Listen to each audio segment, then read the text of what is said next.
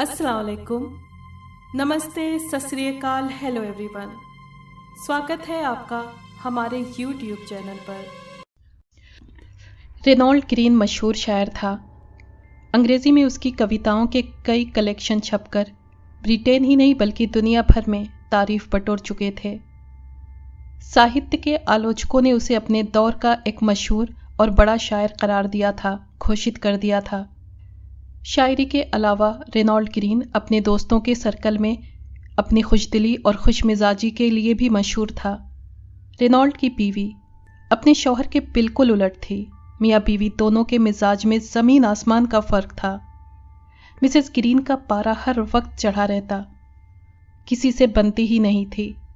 घमंड, बड़ाई, जलन और शो ऑफ उसके अंदर कूट कूट कर भरा हुआ था। देखने वालों को रहम आता था कि बेचारा इस खब्बीस औरत के साथ कैसे गुजारा कर रहा होगा। मिसेस ग्रीन शायद नौजवानी में कुछ हसीन रही हो, लेकिन उसका चेहरा इतना बिगड़ गया था कि शाम में इसे देखकर बच्चे डर जाते थे।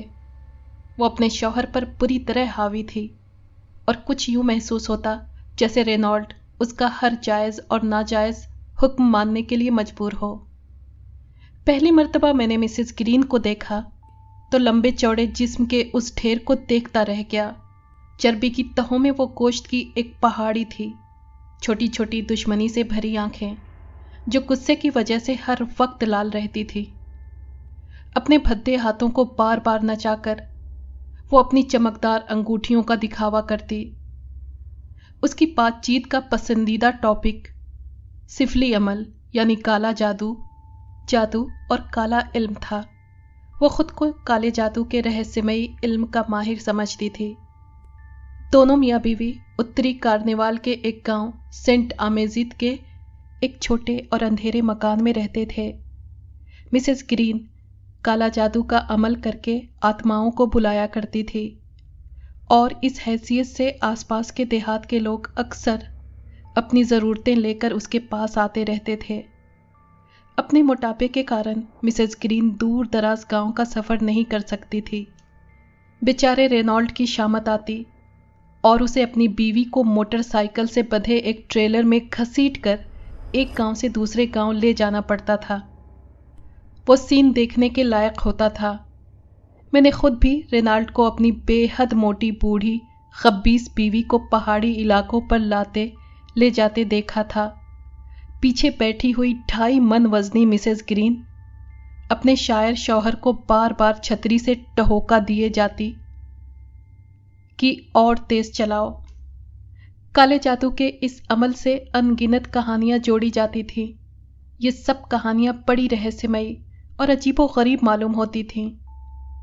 एक ज़माने में ये स्कैंडल बहुत आम हुआ था कि एक नौजवान शादीशुदा औरत काले जादू के ऐसे हर अमल में मिसेस ग्रीन के साथ मौजूद रहती थी। अचानक एक दिन वो नौजवान खूबसूरत लड़की पागल हो गई और सदियों पुराने एक खंडहर में उसने गले में फंदा डालकर खुदकुशी कर ली। उसके शौहर ने मिसेस ग्रीन को इस हादसे का जिम्मेदार ठहराया और यहां तक कहा कि मिसेस ग्रीन ने मेरी बीवी के सहन को पलट दिया था।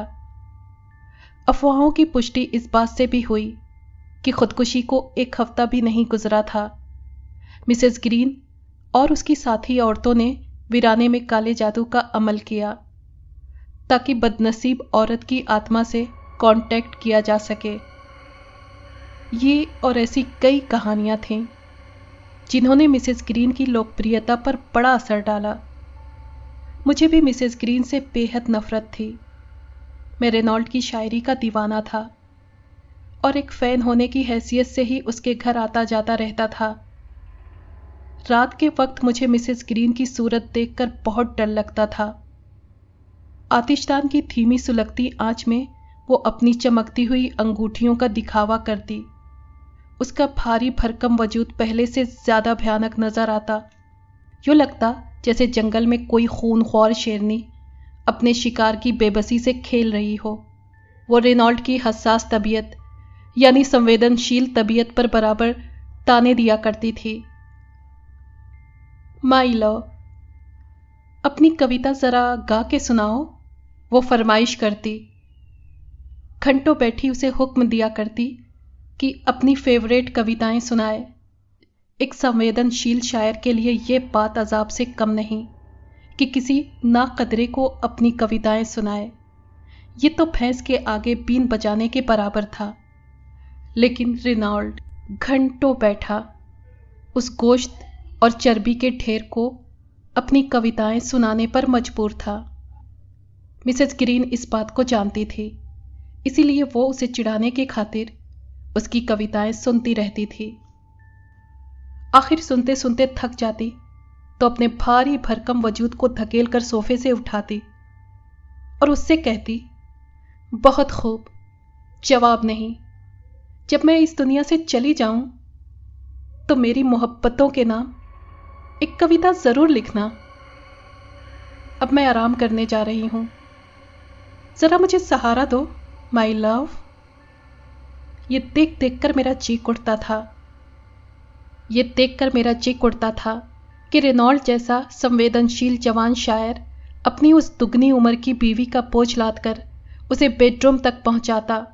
बेचारा रेनॉल्ड हाँफता कांपता गिरता पड़ता अपने फर्ज को भुगत कर वापस आने भी नहीं पाता था कि उसकी बीवी के बेडरूम में लगी घंटी बज उठती। उसे भागकर दोबारा उसकी किसी ख्वाहिश को पूरा करना पड़ता। एक रात जब मैं पहुंचा तो रेनॉल्ड किसी काम से बाहर गया हुआ था। घर में मिसेस ग्रीन अकेली थी। कुछ देर हम बैठे इधर उधर की बातें करते रहे। अचानक वो मुझ पर बरस पड़ी। मिस्टर एलियट, तुम मुझे पसंद नहीं करते। मुझे बड़ा ताज्जुब हुआ, मुझे कोई जवाब नहीं सूझा कि तभी वो बोली, मैं जानती हूं। उसने फौरन कहा, सूरत देखकर अंदाजा लगा लेती हूं। मुझसे अंदाजा लगाने में कभी गलती नहीं होती। रेनॉल्ड भी मुझसे नफरत करता है। उसे ये नहीं मालूम कि मैं भी उससे नफरत करती हूं। मुझे उसकी खुश मिजाजी और जिंदा दिली से सख्त नफरत है। मैं उसकी शायरी से भी नफरत करती हूं। रेनॉल्ड की शायरी मुझे उससे अलग नहीं कर सकती। मैं रेनॉल्ड को नहीं छोड़ूंगी। जिंदगी हो या मौत, वो मेरे सिवा किसी और का नहीं हो सकता। उसे मेरी बातें मानकर जिंदगी गुजारनी होगी। उसका जहन मेरे काबू में है। ये बात उसने बड़े ही डरावने अंदाज में कही थी। मारे डर के मेरे रोंगटे खड़े हो गए। मेरी हिम्मत नहीं हो रही थी कि मिसेस ग्रीन से आंख मिलाकर बात कर सकूं या एक नज़र उसके चेहरे को देख सकूं। मेरी नज़रें उसके हाथ की तरफ उठीं। अंगूठियों से भरा मेज पर रखा वो हाथ, मेरे खुदा, मुझे यूं लगा जैसे एक बहुत बड़ी मकड़ी बिना हिले डुले मेरे सामने पड़ी है। एक मकड़ी जिसकी खाल पर चमकते हुए मछली के पर जैसे छिलके लगे हुए हों।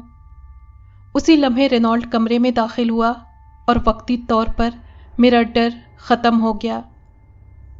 उस साल सर्दी बहुत ज्यादा थी।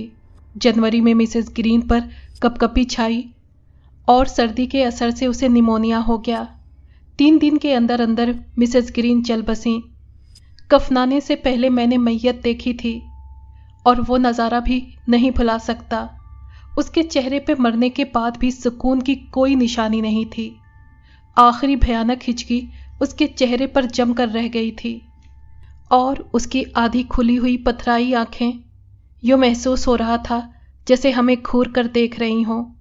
उसकी उंगलियों में अब भी अंगूठियां जगमगा रही थीं और दूसरा हाथ चादर पर ढीला पड़ा था। गांव के पादरी ने जनाजे की रस्म करने से मना कर दिया क्योंकि मिसेस ग्रीन अक्सर धर्म का मजाक उड़ाया करती थी। वो धर्म से नफरत का इजहार खुले आम करती थी। काफ़ी देर बाद मिसेस ग्रीन के जानने वालों में से एक शख्स आया और उसने चर्च के आंगन के एक कोने में एक बरगद के पेड़ के साए में कुछ रस्में की। मेरे ख्याल में मिसेस ग्रीन के साथ यही सब कुछ होना था। रेनॉल्ड का भी यही मानना था। कुछ दिन तो वो खुद को आज़ाद समझकर खुश होता रहा। इसी बीच हम दोनों खूब घूमे फिरे और बाहर का मौसम लंदन में गुजारने का प्रोग्राम भी बना लिया। अचानक मैंने रेनॉल्ड में एक बदलाव महसूस किया। उसके सेंसेस धीरे धीरे जवाब देते जा रहे थे। उसे देखकर यूं महसूस होता था जैसे वो कुछ देखने या सुनने की कोशिश कर रहा हो। यूं लगता जैसे कोई उसका पीछा कर रहा था। 1 हफ्ते तक तो मैंने सब्र किया, फिर मुझसे रहा नहीं गया। तुम क्यों परेशान हो? मैंने पूछा। मैं बहुत कमजोरी महसूस कर रहा हूं, उसने जवाब दिया। शुरू में मेरा ख्याल था कि मुझे अपनी बीवी से छुटकारा मिल चुका है। अब यह महसूस होता है मेरी जान नहीं छूटी। ऐसा लगता है जैसे वो चुड़ैल बनकर मेरा पीछा कर रही है। मुझे डर है कि कुछ ही दिनों में वो वापस घर आ जाएगी। पागल, मैंने हंसकर कहा। ये सिर्फ हालात का बदलाव है जिसने तुम्हारे दिमाग पर बुरा असर डाला है, और कुछ नहीं। ये सब तुम्हारा वहम है। कहने को तो मैंने ये सब कह दिया, मगर एक आवाज मेरे कानों में गूंज रही थी। मैं रेनॉल्ड को कभी नहीं छोड़ूंगी। जिंदगी हो या मौत, वो मेरे सिवा किसी और का नहीं हो सकता। ये सोच आते ही मैं घबरा गया। रेनॉल्ड को तसल्ली देते हुए मैंने कहा, तुम घबराओ नहीं। कुछ अरसे मैं तुम्हारे पास रहूंगा तो तुम्हारा दिल बहल जाएगा। वो खुशी से मान गया और उसी दिन से मैं रेनॉल्ड के साथ रहने लगा। एक दिन शाम होते होते तूफान आ गया और तूफानी हवा के झोंकों ने मकान को अपनी लपेट में ले लिया। तूफानी चिंगाड़ थी कि ऐसा महसूस हो रहा था जैसे हजारों बलाएं मिलकर शोर मचा रही हों। मैं रात का खाना खाने के लिए सीढ़ियों से नीचे उतर रहा था कि दरवाजे पर किसी ने जोर से दस्तक दी। रेनॉल्ड की नौकरानी ऐन दरवाजा खोलने गई और मैं सीढ़ियों पर यह देखने के लिए रुक गया कि इस तूफान में भला कौन आ सकता है। मैं हैरान रह गया। दरवाजा खुला तो वहां कोई भी नहीं था। नौकरानी ने दरवाजा बंद करने से पहले अपने इत्मीनान की खातिर बाहर झांक कर देखा। वहां कोई नहीं था। वो दोबारा दरवाजा बंद करके वापस आ गई और इसी लम्हे कोई मेरे पास से गुजरा। मुझे हवा की एक सरसराहट सी महसूस हुई। मैंने इधर उधर देखा, लेकिन कोई भी नजर नहीं आया। मैंने यही समझा कि दरवाजा खुलते ही हवा का झोंका अंदर चला आया होगा। मैंने रेनॉल्ड के साथ खाना खाया और फिर हम दोनों आकर लाइब्रेरी में बैठ गए। आतिशदान में लकड़ियां सुलग रही थीं। रेनॉल्ड हिसाब किताब लगाने लगा और मैं किताब निकालकर उसे पढ़ने में बिजी हो गया। अचानक दरवाजे पर लगी हुई घंटी की तेज आवाज सुनाई दी। रेनॉल्ड के चेहरे का रंग उड़ गया। यूं लग रहा था जैसे उसका सारा खून निचोड़ लिया गया हो। अनजाने शक और अंदेशों ने मुझे भी घेर लिया। शायद किसी नौकरानी का हाथ इत्तेफाक से घंटी के बटन पर लग गया हो। मैंने अपनी राय का इजहार किया। नहीं, वो वापस आ गई है और मुझे घंटी बजाकर इन्फॉर्म कर रही है। रेनॉल्ड ने धीमे से कहा। फिर अपनी जगह से वो उठा और जादुई अंदाज में दरवाजे की तरफ बढ़ा। मैं भी उसके साथ हो लिया। दोनों उसी कमरे में पहुंचे जिसमें मिसेस ग्रीन की डेथ हुई थी। कमरा खाली था। बिस्तर की चादरें मसली हुई थीं और यूं दिखाई दे रहा था जैसे कोई बिस्तर पर सो रहा हो। पूरा जिस्म नहीं, अलबत्ता कुछ लकीरें सी नजर आ रही थीं, जैसे कलाकार तस्वीर बनाने से पहले कोई खाका यानी आउटलाइन खींचता है। हम दोनों सहम कर लाइब्रेरी में वापस आ गए। मैंने हंसकर सिचुएशन का मजाक उड़ाया कि ये सब हमारा वहम है और कुछ नहीं। हम अभी ठीक से अपनी सीट पर बैठ भी नहीं पाए थे कि घंटी फिर बज उठी। एक लम्हे के लिए डर की एक ठंडी लहर मेरे पूरे जिस्म में कौंध गई। अगले लम्हे मैंने डर पर काबू पाया और तेजी से घंटी का तार काट दिया। हम दोनों इस वक्त अपने दिमाग को शांत रखने की नाकाम कोशिश कर रहे थे। रेनॉल्ड ने घबराकर शराब की बोतल उठाई और कांपते हाथों से उसने 2 गिलास भरे। शराब ने हमें कुछ सुकून बख्शा। इसके बाद रेनॉल्ड दोबारा हिसाब किताब में बिजी हो गया और मैंने बेमन से फिर किताब खोल ली। 1 घंटा इसी तरह गुजर गया। अचानक मुझे महसूस हुआ कि कमरे में सर्दी असाधारण तौर पर बढ़ गई है। आतिशदान में आग जल रही थी। मैंने 2 लकड़ियां और डाल दी। कैसी सर्द रात है, मैंने कहा। कोई जवाब नहीं मिला तो पीछे मुड़कर देखा। रेनॉल्ड अपनी डरी नजरें किसी चीज पर जमाए हुए था जो उसके सामने मेज पर थी। उफ मेरे खुदा, ये मोटा भद्दा हाथ था जिसकी उंगलियों में अंगूठियां जगमगा रही थीं।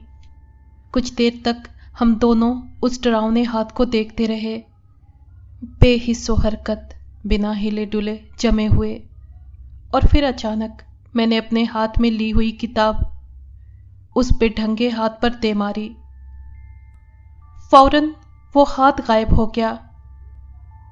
मैंने बाद में अपने इस वहम पर हंसना चाहा, लेकिन ये बात हम दोनों बहुत अच्छी तरह जानते थे कि वो मोटा, खब्बीस, अंगूठियों से भरा हुआ मकड़ी जैसा हाथ वाकई मेज पर मौजूद था। फिर हम दोनों सोने के लिए चले गए। रात में कोई ऐसी घटना नहीं घटी। नाश्ते के वक्त रेनॉल्ड का चेहरा उतरा हुआ था और हल्दी की तरह पीला था। उसकी आंखें सूजी हुई थीं और वो परेशान और थका हुआ नजर आ रहा था। उसने मान लिया कि पिछली रात उसे बिल्कुल नींद नहीं आई और वो बेहद बेचैनी के आलम में करवटें बदलता रहा था। रात के साथ तूफान भी खत्म हो गया। सुहानी और रोशन सुबह देखकर मैंने रेनॉल्ड को गार्डन में क्यारियों की कटिंग करने को कहा। 9:30 बजे हम तहखाने में दाखिल हुए ताकि ज़रूरी औजार, बेल काटने की कैंची, कुदाल और फावड़ा ले लें। वहाँ स्टोर में मोटरसाइकिल और उसके साथ बंधा ट्रेलर दिखाई दिया जिस पर बिठाकर रेनॉल्ड मिसेस ग्रीन को एक जगह से दूसरी जगह ले जाता था। मैंने उससे हंसते हुए कहा कि क्यों न इसे बेचकर एक कार खरीद ली जाए। रेनॉल्ड बेदिली से मुस्कुराकर रह गया। गार्डन में मेहनत करने से हमें कुछ सुकून मिला। दोपहर के खाने तक हमारे होश ठिकाने आ चुके थे। खाने के बाद हम टहलने के लिए निकल पड़े। इत्तेफाक से हम उस तरफ जा पहुंचे जहां मिसेस ग्रीन के साथ काम करने वाली औरत ने खुदकुशी की थी। इस वीराने में पत्थरों से बने हुए दायरे यानी गोले अभी तक मौजूद थे।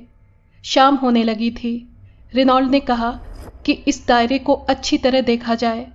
वो कुल 12 पत्थर थे जो एक गोल दायरे की शक्ल में रखे थे। कुछ पत्थर अपनी जगह से उखड़कर गिर चुके थे। बीच में एक बड़ा पत्थर रखा था जिसकी सतह चिकनी थी। अचानक रेनॉल्ड ने घबराकर मेरा हाथ पकड़ लिया।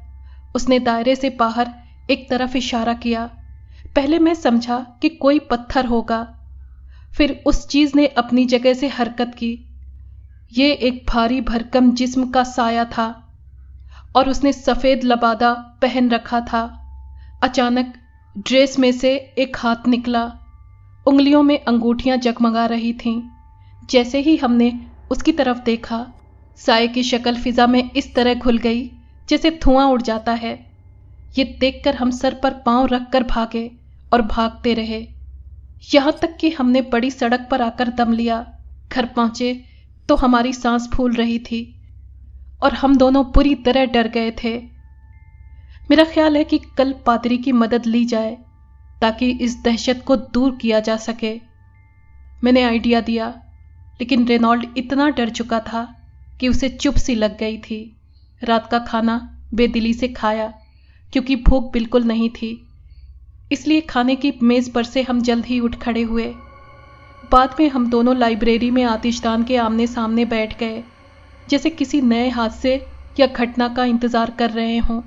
लेकिन 10 बजे रात तक कोई घटना नहीं घटी। अचानक कमरे में सर्दी की शिद्दत बढ़ गई, बिल्कुल उसी तरह जैसे पिछली रात हुआ था।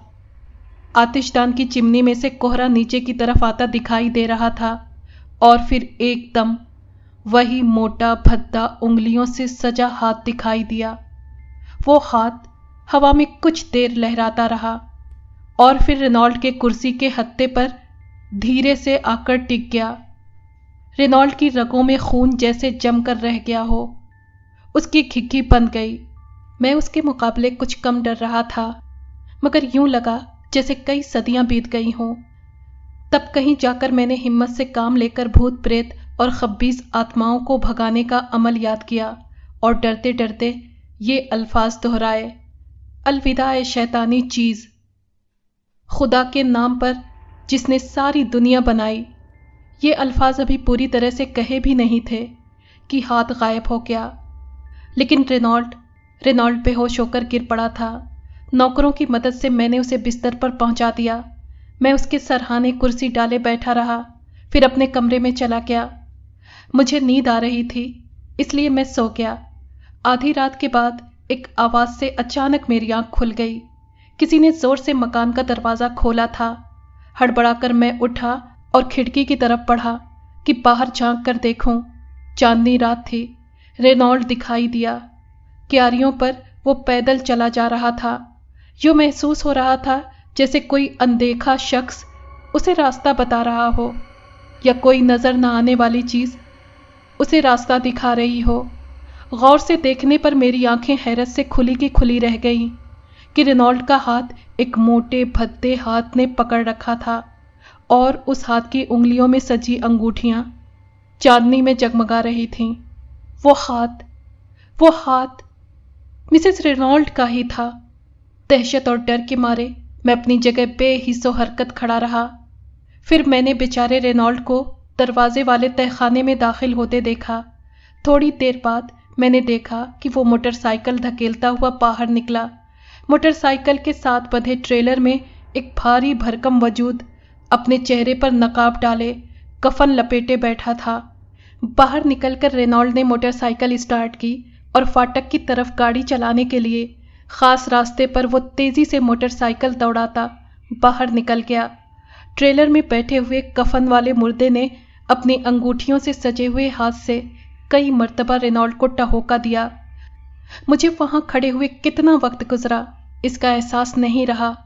खुदा खुदा करके मैंने कपड़े बदले और सीधा कस्बे की तरफ जाने वाली सड़क पर चल दिया। रेनॉल्ड की मोटरसाइकिल तो मुझे कहीं नजर नहीं आई, अलबत्ता गली में एक आदमी नजर आया। उसने मुझे बताया कि वो एक बीमार को देखने के लिए गया था। ये भी बताया कि उसी वक्त वहां से रेनॉल्ड अपनी मोटरसाइकिल पर सवार गुजरा था और साथ बंधे ट्रेलर में कोई दूसरा सवार भी था। मैंने उसकी बात पीछे से काट दी और हाथ पकड़कर घसीटता हुआ उसे गांव के दूसरे सिरे पर बने चर्च की तरफ ले गया। मोटरसाइकिल और ट्रेलर चर्च के फाटक पर मौजूद थे। मैंने रेनॉल्ड को जोर जोर से पुकारा मगर कोई जवाब नहीं मिला। हम दोनों चर्च के आंगन की तरफ बढ़े जहां एक बूढ़े बरगद के साए में मिसेस रेनॉल्ड की कब्र बनी हुई थी। बेचारा रेनॉल्ड कब्र पर औंधे मुंह पड़ा था। दहशत से उसकी आंखें बाहर निकली हुई थीं। उसका दम कब का निकल चुका था। उसके पास में जगमग करती हुई अंगूठियों से सजा हुआ मिसेस ग्रीन का वो भयानक हाथ था जिसने कब्र से निकलकर बेचारे शायर के हाथ को मजबूती से अपनी पकड़ में ले रखा था। लेकिन हैरत की बात यह है कि पादरी को वो हाथ नजर नहीं आ रहा था।